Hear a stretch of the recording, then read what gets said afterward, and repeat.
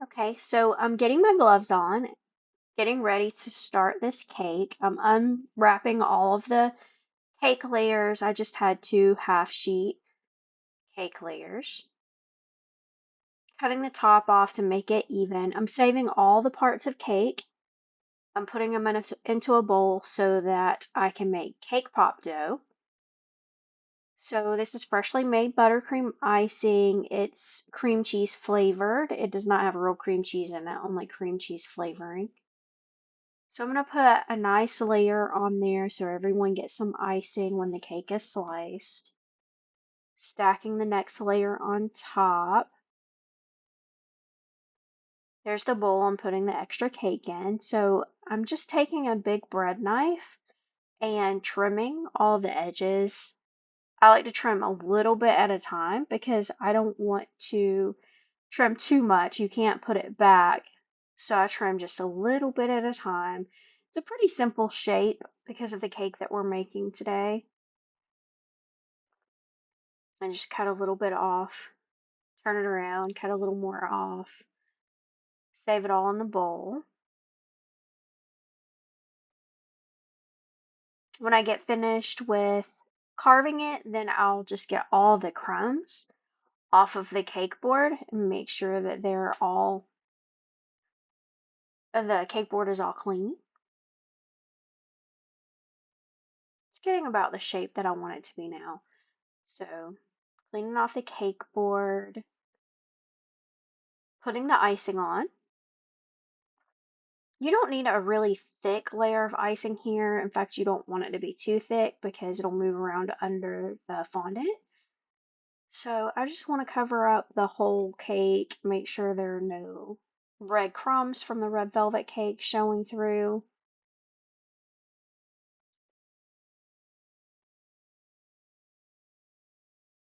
It's looking pretty good.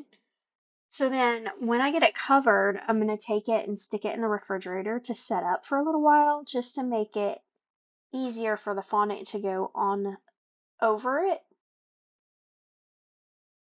Cleaning the board off really well, making sure there's no icing or crumbs left behind.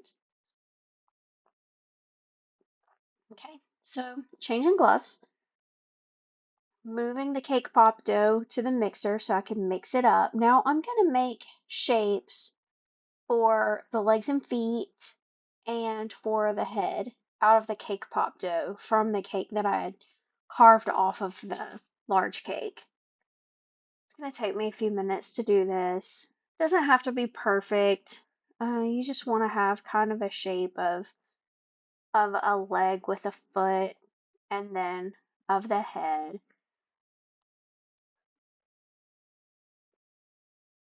If you see me turning around looking, I'm looking at my laptop to see the reference photo behind me. Okay.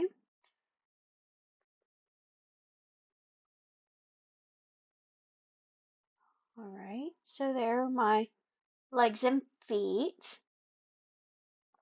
Working on the head now.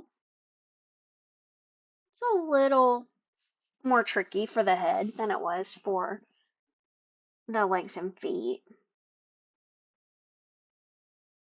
The head and the face of any cake is really the most difficult for me because it can make or break the whole design. If the face looks strange or if the head is not shaped correctly. So now I'm coloring my fondant. I put some gray, well, some black to make it gray, and a little bit of brown just to kind of tint it a little bit. So now I'm making the tail.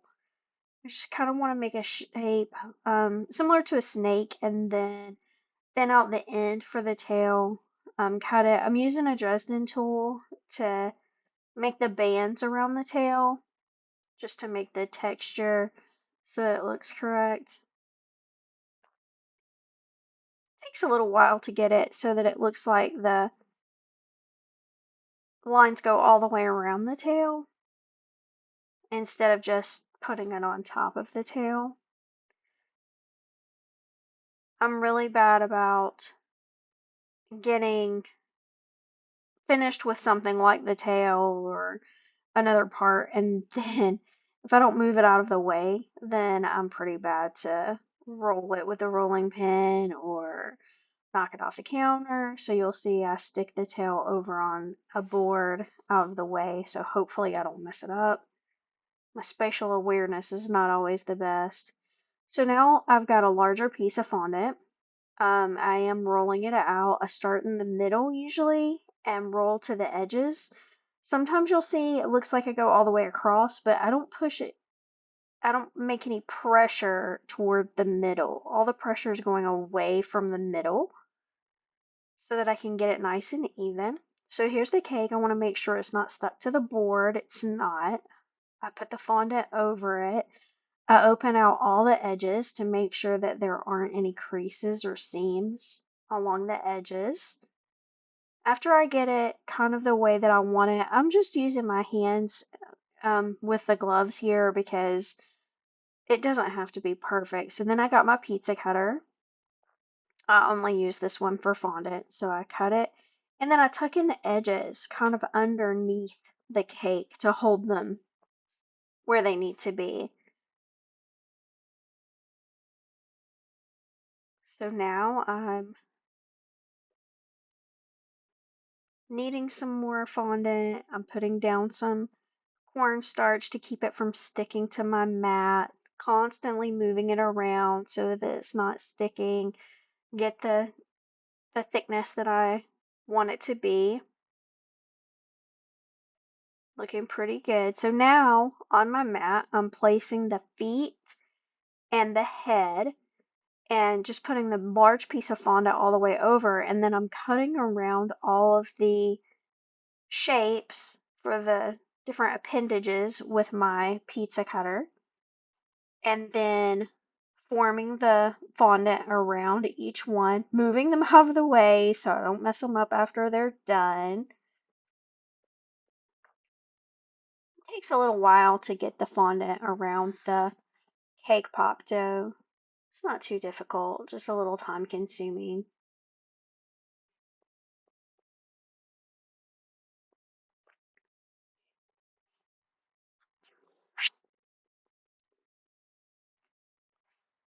Okay, almost finished with those.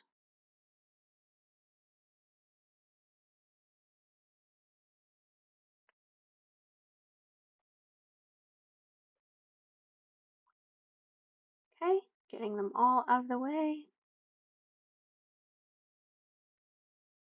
Using my small rolling pin now.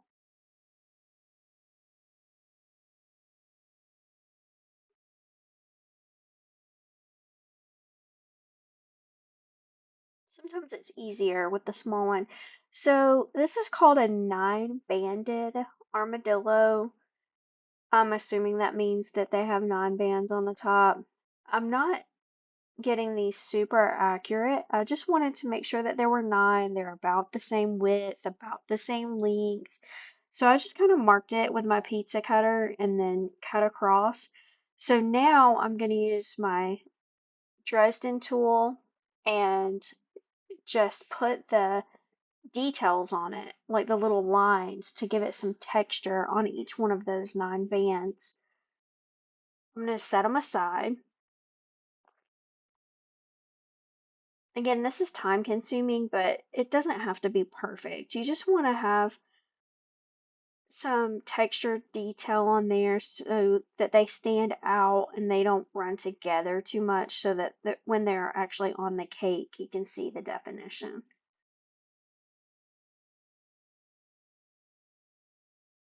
Okay, so we've got the cake back. Now I'm just going to use a paintbrush and some water and just paint the water onto the fondant so that I can get those bands to stick. I'll put a band on, then I'll get the paintbrush and put a little bit more water so that when they overlap, they stick and stay in place the way that they should. That way they're kind of layered. This really adds a lot to the final cake, just adding this part. I thought about just trying to put the indentions onto the cake without adding the bands, and then I decided it would look a lot better if each of the 9 bands was separate and placed on the top of the cake.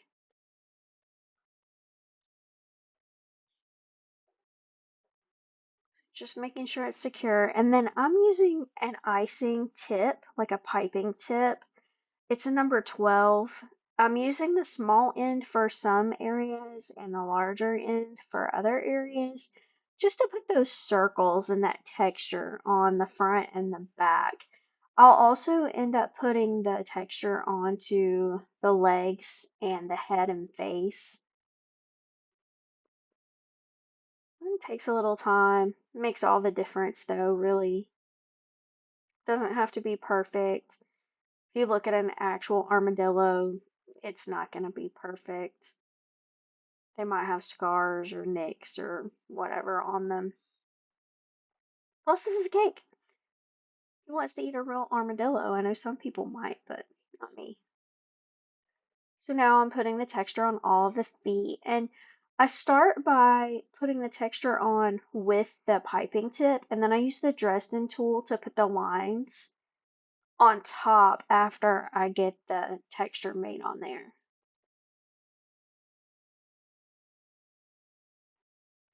It almost looks like their feet are in sections with the lines between the sections. Getting all the feet and the legs done. Cleaning off all the crumbs that might be left over. Placing everything over there out of the way so that I can airbrush it. So now I'm starting with a brown airbrush color. I like to layer my colors on my cakes to make them look a little more realistic, a little texture, just to give it some definition. Make sure that it's not just flat. You want it to have different shades and hues in different places just to add some interest to it. I go over it with the black as well, very lightly. The fondant was already dyed gray, so we're not starting from scratch. It's not starting from white, but I just wanted to add some shadowing and some just some different interests. So now I'm using a fluffy paintbrush and I'm just using petal dust. I had some white, some black, some cinnamon, and some dark brown. And in different places, I'm just kind of touching it up, um, putting on some different layers, some different shadowing, just to make it look a little more realistic, maybe. It just really makes it come to life and look cute. So that's what I'm doing here, just adding some of the petal dust. I'm adding it to everything at once, even though it's not put together yet. So I'm painting the body, the legs, the tail, the head, just making sure all of it is similar. It doesn't have to be exact, but just so that it all kind of matches and coordinates.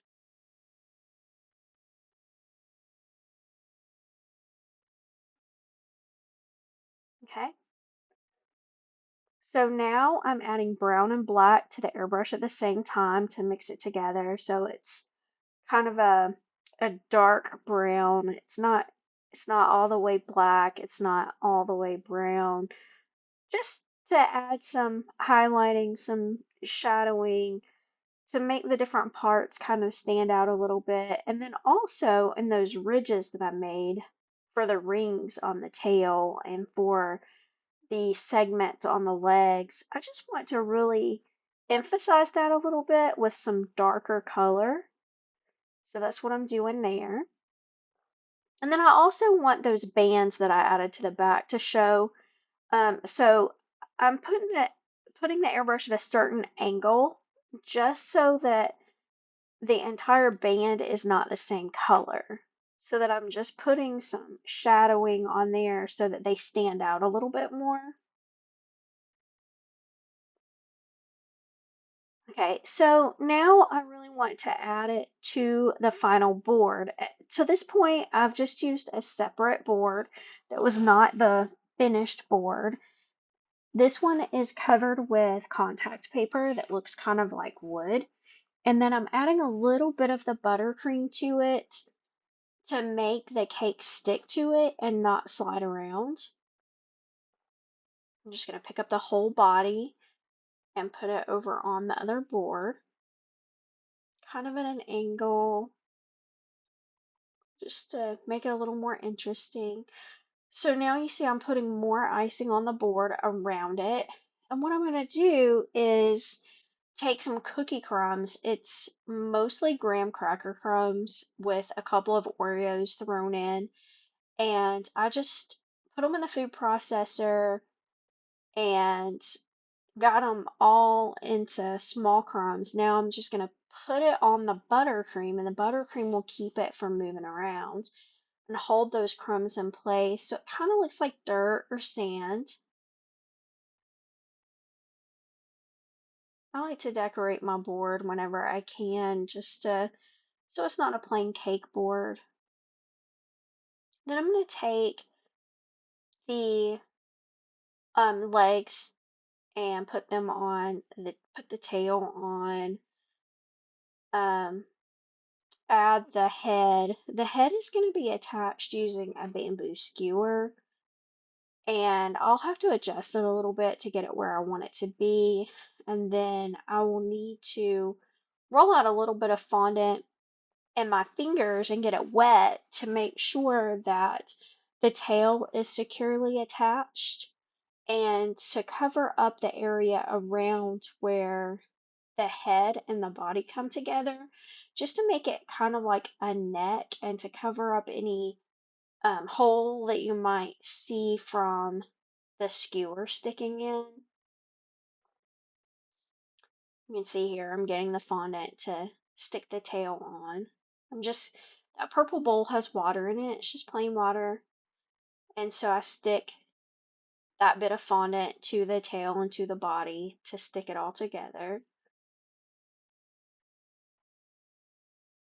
And then I'm trying to get the neck area where the head and the body come together to look right.